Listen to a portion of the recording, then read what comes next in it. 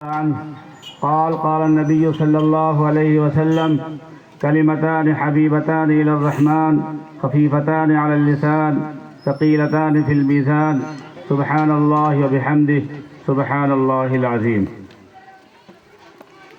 میرے بھائیوں، بزرگوں، میری پیاری بیٹیوں اور پردہ نشین ماں اور بہنوں، یہ بڑا اہم موقع ہے۔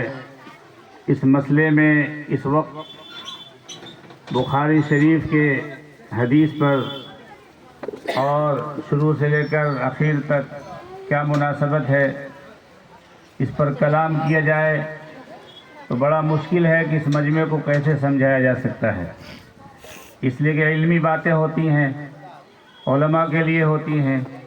شروع سے جو پڑھ کر کے 8 سال 9 سال تک پڑھنے کے بعد بخاری شریف تک پہنچتے ہیں، ان کے سامنے یہ باتیں ہوتی ہیں۔ آپ کے سامنے ظاہر بات ہے کہ آپ کے معیار کا خیال رکھیں تو ہمارے درمیان جو علماء موجود ہیں ان کے معیار سے نیچے کی بات ہوگی، اور ان کے معیار کے مطابق بات کریں تو آپ کے معیار سے اوپر کی بات ہوگی۔ بڑا مشکل مسئلہ ہے، لیکن میں کوشش کروں گا کہ دونوں کے معیار کے مطابق ہو، علماء بھی بات سمجھیں اور آپ بھی بات سمجھ لیں۔ ایسا نہیں ہوگا کہ آپ میری بات نہیں سمجھ سکتے ہیں۔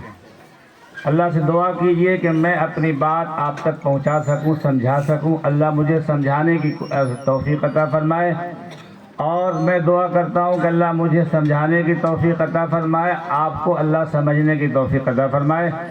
لیکن کب سمجھیں گے؟ جب فیصلہ کر لیں گے کہ مجھے سمجھنا ہے۔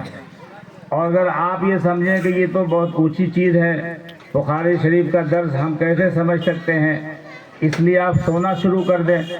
عام طور سے ہوتا ہے کیسے نیند نہیں آتی، لیکن اس طرح کی مجلسوں میں آتی ہی نیند آنے لگتی ہے۔ کچھ لوگ تو ہیں جو بیٹھتے ہی سونے لگتے ہیں، سونے کے بڑے ماہر ہوتے ہیں، جیسے بیٹھے نیند آنا شروع ہو جاتی ہے۔ تو اگر آپ سوئیں گے تو ظاہر بات ہے کہ میری بات نہیں سمجھ سکتے۔ آپ غور سے سنیں، انشاءاللہ اللہ کی ذات سے امید ہے کہ آپ بات سمجھ جائیں گے اور آپ بھی کچھ فائدہ لے کر اٹھا کر جائیں گے۔ پہلے میں حدیث پر کلام کروں گا، اس کے بعد امام بخاری پر کچھ باتیں ہوں گی، اس کے بعد جو ہے بخاری شریف کی اہمیت پر بات ہوگی، اور اس کے بعد جو ہے کچھ معاشرے کی خرابیاں جیسے کہ اشارہ ہوا ہے ان پر باتیں ہوں گی انشاءاللہ تعالی۔ آپ حضرات غور سے سماعت فرمائیں۔ امام بخاری رحمت، پہلی بات تو یہ ہے کہ بخاری میں کہ شروع میں جو بیان کیا گیا اور اخیر میں بیان کیا گیا، دونوں میں کیا تعلق ہے، کیا جوڑ ہے۔ اگر شروع میں کچھ